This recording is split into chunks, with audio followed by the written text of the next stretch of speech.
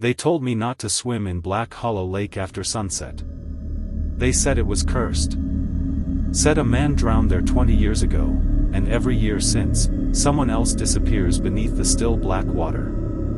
I didn't believe in ghost stories. Not until the night I saw the ripple, perfectly round, in the dead center of the lake, just minutes after midnight. There was no wind. No fish. Nothing moving. Just a ripple, and then a hand. A pale, bloated hand rising slowly from the surface, fingers spread wide. And beneath it, a face, mine, staring up at me from under the water.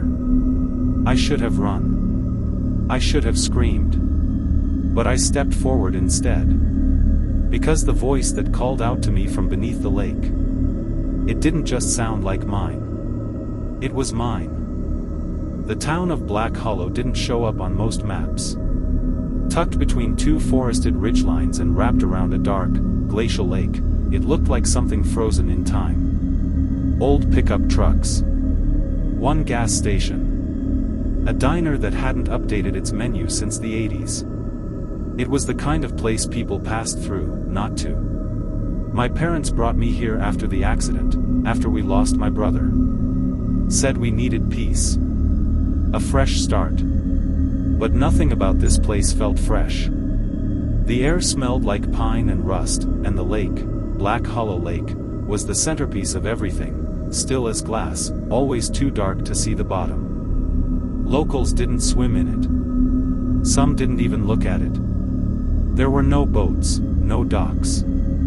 Just that perfect black surface, stretching like a sheet of obsidian across the valley.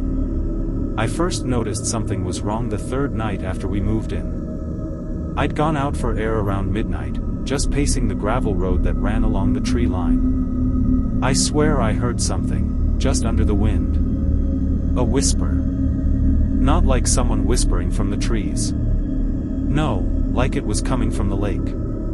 I stopped, stared at the water. Nothing moved. But the hairs on my neck stood straight up. Then the water rippled. The ripple shouldn't have been there.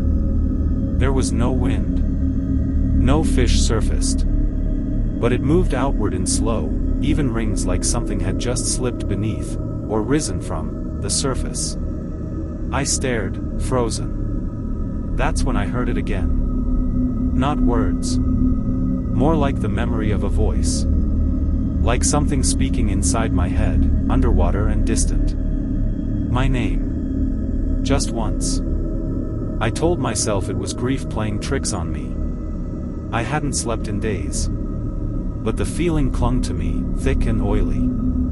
I backed away from the shoreline and ran inside, heart pounding. I didn't tell my parents. I didn't sleep. The next day at school, I asked around. Just casual questions. Anyone go swimming at the lake? The responses were all the same, shrugs, mutters. But one girl, Ava, looked up from her sketchbook and said, "You heard it, didn't you?" I blinked. Heard what? She closed her book slowly. The whisper. It always starts with a whisper. Then she leaned in and said something that still makes my blood run cold. If you hear your name in the water, it means you've already been chosen. At lunch, I found Ava sitting alone on the mossy stone steps behind the gym, legs crossed, sketchbook balanced on her knees like it was something sacred. The other kids avoided her, not in a cruel way, but like people avoid open flame. She didn't look up when I sat down. Just said, "It hasn't touched you yet. But it will." I didn't answer right away. Just stared at her book. The page she was working on was filled with jagged charcoal strokes, an underwater scene, maybe? There were dark tendrils stretching from the lake floor, reaching for a figure suspended in the center. Not drowning. Not swimming. Just floating. "What do you mean, it hasn't touched me?" I asked. She finally looked up, her eyes sunken, serious. Black Hollow chooses someone every few years. They say it's a curse, but I think it's older than that. The lake, it wants something. Sometimes it just waits. Watches. Other times, like now, it calls. She flipped to another drawing, a face in the lake, half submerged. The other half looked exactly like mine. It already knows who you are. That night, I couldn't stop thinking about the drawings. About the things Ava said. About the fact that she knew. Not guessed, knew, what I'd heard. My room was silent except for the soft hum of the old fan in the corner. I left the window open a crack, just to prove I wasn't scared. That's when I heard it again. My name, this time clearer, closer. It echoed from outside, but not from the trees. From beneath. A slow, deliberate, liquid voice calling from the lake, Eli. I stood up, heart thudding in my chest, and went to the window. Everything looked the same. But it felt off, like the world had tilted 2 degrees left. Then I saw it, on the edge of the lake, near the reeds. A shape. Pale. Child-sized. Standing perfectly still. I blinked, and it was gone. But the voice remained in my head, coiling deeper now, threading through thoughts I didn't even know I had. I backed away from the window and locked it. That night, I dreamed I was underwater, dark, endless water, and someone with my face was staring back at me from the deep. And it smiled.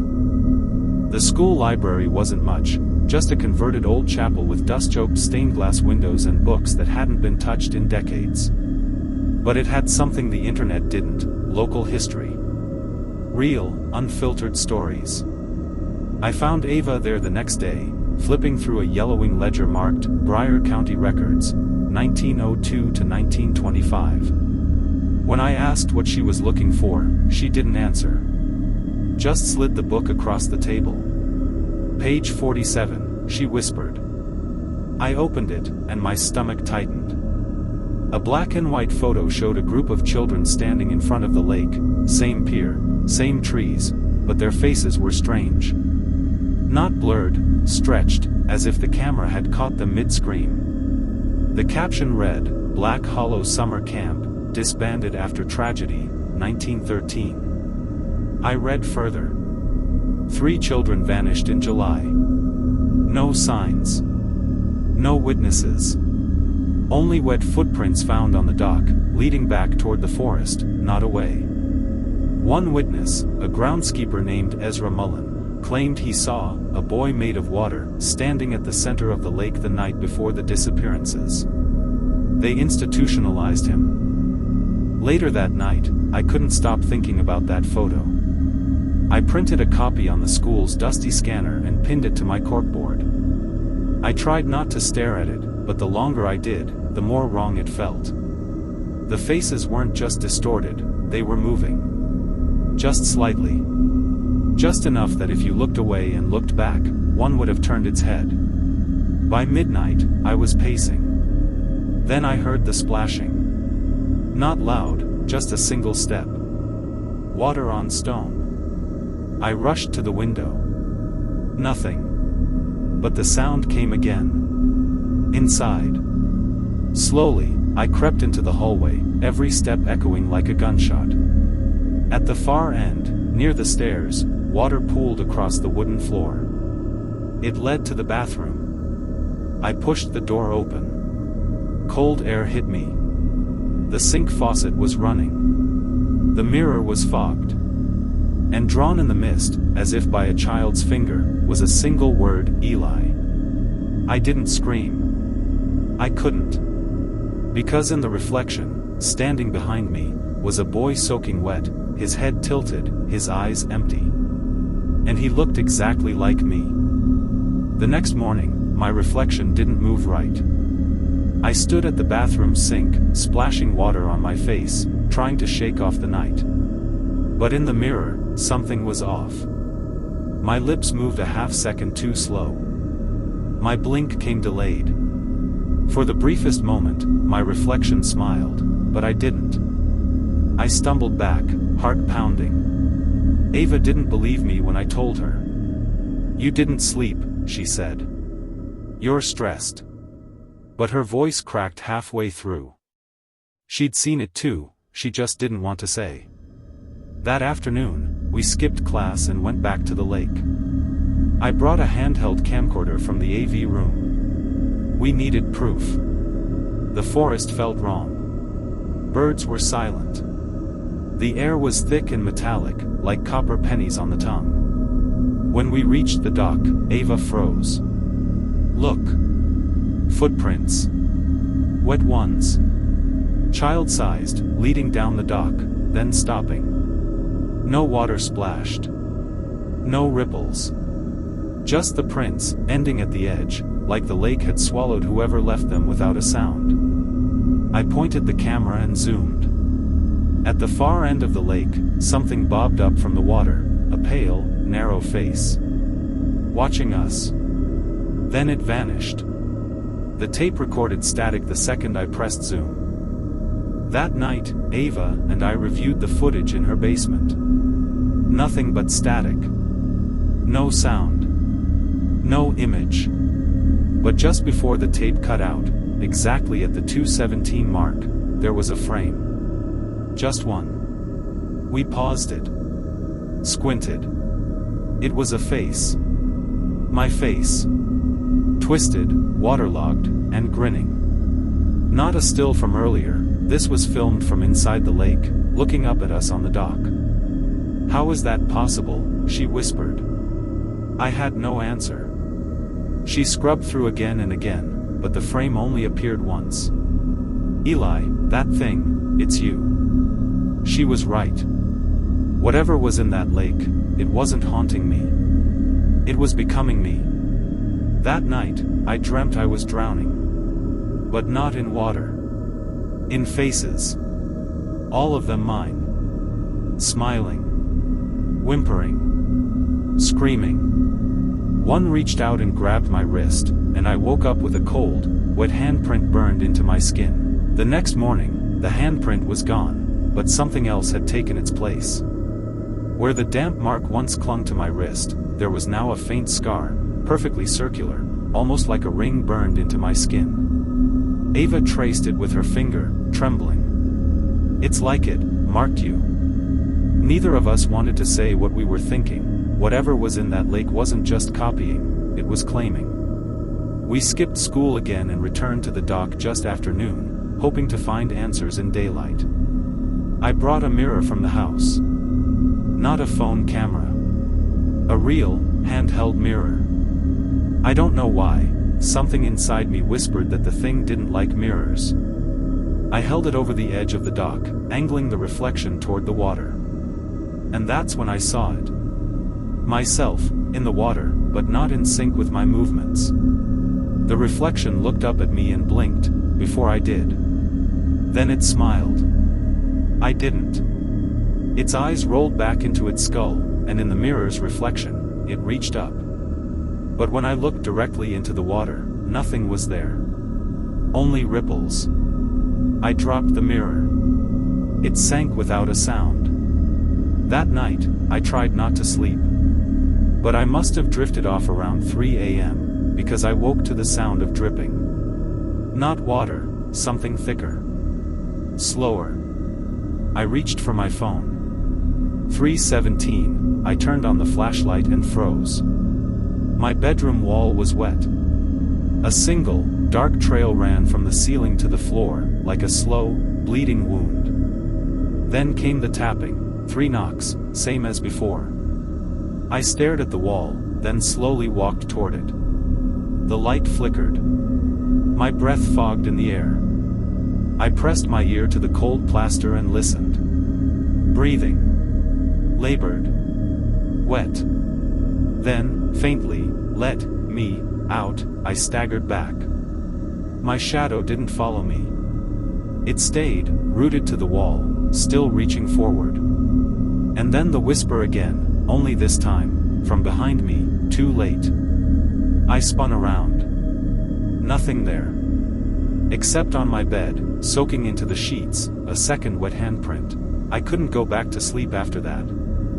I sat on the edge of my bed until morning, watching the wall where the wet trail had been. By daylight, it was dry, no stain, no proof, not even a warped section of plaster. But the second handprint was still there on the sheets, faint and brownish like something left behind long after the bleeding stops. Ava and I agreed we needed help, but the police? They'd call it a prank or worse, say we were hallucinating. Instead, we went to the town library. We started digging through old property records and local folklore. That's when Ava found something, an old microfiche newspaper from 1952. 2 children found dead in abandoned cabin near Echo Lake. The photo was grainy, but even through the smudges, I could make out the faces. They looked like us. The same eyes. The same jawlines. It wasn't possible. But Ava said it before I could, they're not just copying us, they've always been us. We raced to the cabin listed in the article. It was deeper in the woods than we remembered, past the dried creek bed and through thorny underbrush. When we found it, it wasn't empty. Inside the rotting structure, graffiti covered the walls, but beneath the paint, we saw carvings, 2 names. Eli. Ava. And a date, June 21, 1952, exactly 70 years ago. The cabin smelled like mildew and something older, like the lake had seeped up through the floorboards. In one corner was a hatch, sunken and rusted. We pulled it open, and the cold that rose from the darkness below wasn't just temperature, it felt like despair had been locked underground for decades. I heard whispers again, echoing from the hatch like voices in a well, "You buried us. You forgot." But we remember. Ava tried to scream, but her voice caught in her throat. Because at the bottom of the hatch, staring up at us, were our own dead faces. We didn't sleep. We couldn't. Every time we blinked, we saw those dead versions of ourselves, watching from beneath the hatch like time had preserved them just to remind us we never left. Ava refused to go home. Instead, we camped out in my basement, where the walls felt thicker than the night outside. We played the audio recorder I'd hidden during the visit to the cabin. Static at first, then the sound of the hatch creaking, and then a voice, not ours. "Let us in," it whispered, over and over, layered with our names, spoken in reverse. That's when we realized this wasn't just a haunting, it was a mirroring. Something at the lake was copying us, learning us, waiting to replace us. Ava stared at her reflection in the mirror for what felt like hours, saying nothing.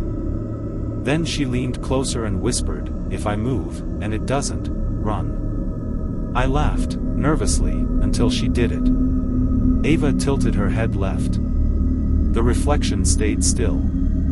Then, ever so slowly, it smiled. I didn't run. I froze. Ava's mouth moved but no words came out, until her reflection raised a hand and pressed it against the inside of the mirror. Then it spoke. "You belong here now." The glass began to ripple like water, and Ava screamed, yanking me back.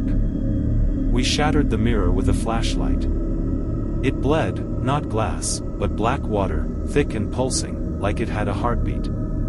That night, we did something we swore we wouldn't. We went back to the lake. At 3 a.m., everything was still. Too still. We walked to the dock, the old boards groaning beneath our weight. Then we saw it. Not in the lake, but on it. 2 shapes standing on the water like it was solid ground, perfect copies of us. Their faces blank. Their eyes weeping water. They raised their arms in sync and pointed to the shore behind us. We turned, and saw the whole town. Every neighbor. Every friend. Standing silently in the dark, all of them with mirrored faces. We ran. Not toward the cabin, not toward home, but toward the only place left, the old pump station buried behind the woods.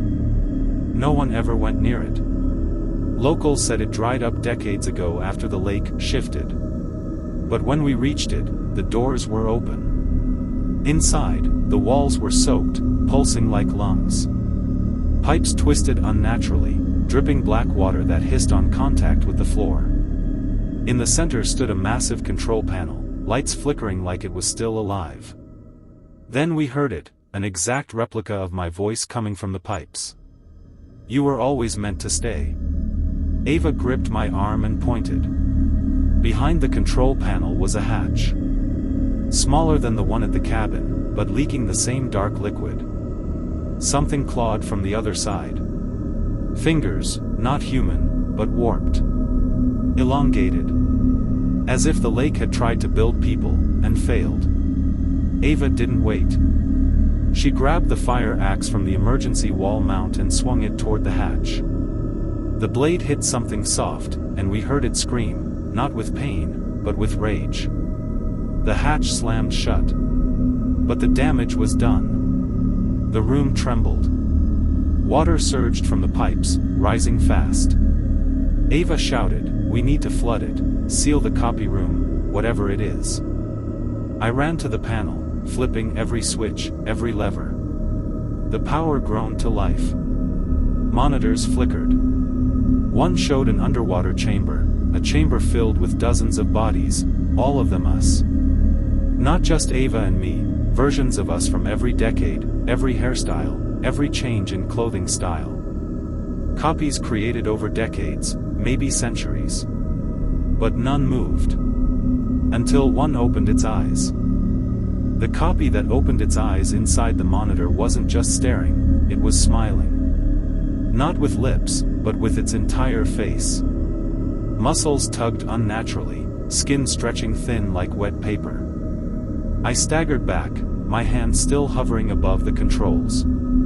Behind us, the hatch burst open again, and we ran, not because of what we saw, but because of what we heard, dozens of voices chanting in unison, in our voices.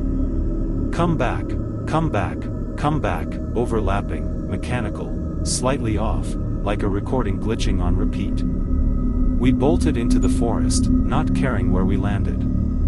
But the lake wasn't done. As we reached the clearing near the shore, we saw them, half-submerged figures crawling from the water, their skin pale, eyes blank, faces exactly like ours but wrong. Like mannequins brought to life by something that didn't understand how humans worked. One of the copies lifted its head and spoke in my grandfather's voice. "You were never meant to leave." We ran toward the cabin, the only place that felt real anymore. As we sprinted, Ava shouted, "They're not just copies. They're memories." That made no sense until I remembered what the journal said. The lake doesn't drown you, it archives you. Every scream. Every breath. Every version of you it ever saw. And now, they were waking up. The cabin door slammed behind us, and we barricaded it with furniture. Outside, soft thuds hit the walls. Then the whispering started again, not from outside, but from inside the cabin walls. Ava aimed her flashlight at the cracks in the floorboards, and there, looking up at us through warped wooden slats, was another me. Younger. Bleeding from the eyes. Whispering, "You forgot me." I reached for Ava's hand, but she was already lifting the floorboards with trembling fingers.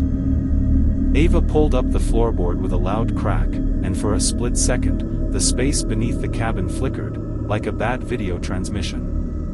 What lay below wasn't dirt or support beams, it was water. Black, still, and endless. Floating just inches beneath the floorboards was the face of the younger me, whispering over and over, "You forgot me, you forgot me." The words sounded like bubbles rising from a deep trench. I pulled Ava back, but she didn't resist. Her eyes glazed over. "He's not the only one," she said. Then she pointed to the walls. Slowly, images began to form, portraits etched into the wood grain, versions of us, moments that never happened but felt real. Us as children at the lake. Us drowning. Us laughing with strangers who had hollow eyes. "These are timelines," Ava whispered. "Lives we didn't live. But the lake did." And then we heard the knock. 3 soft knocks. Coming from inside our minds. I dropped to my knees.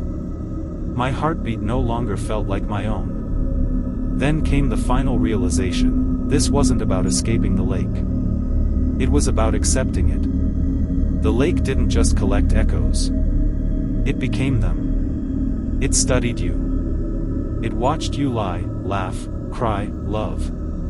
Then it created a perfect version, one that stayed. One that never left. I looked at Ava and saw it in her eyes. She remembered.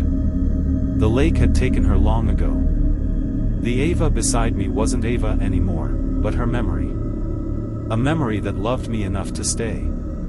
"I'm sorry," she whispered, stepping back toward the floor opening. "I didn't want you to be alone." She smiled, and then she was gone. Dissolved into the dark water like ink in a glass. I collapsed.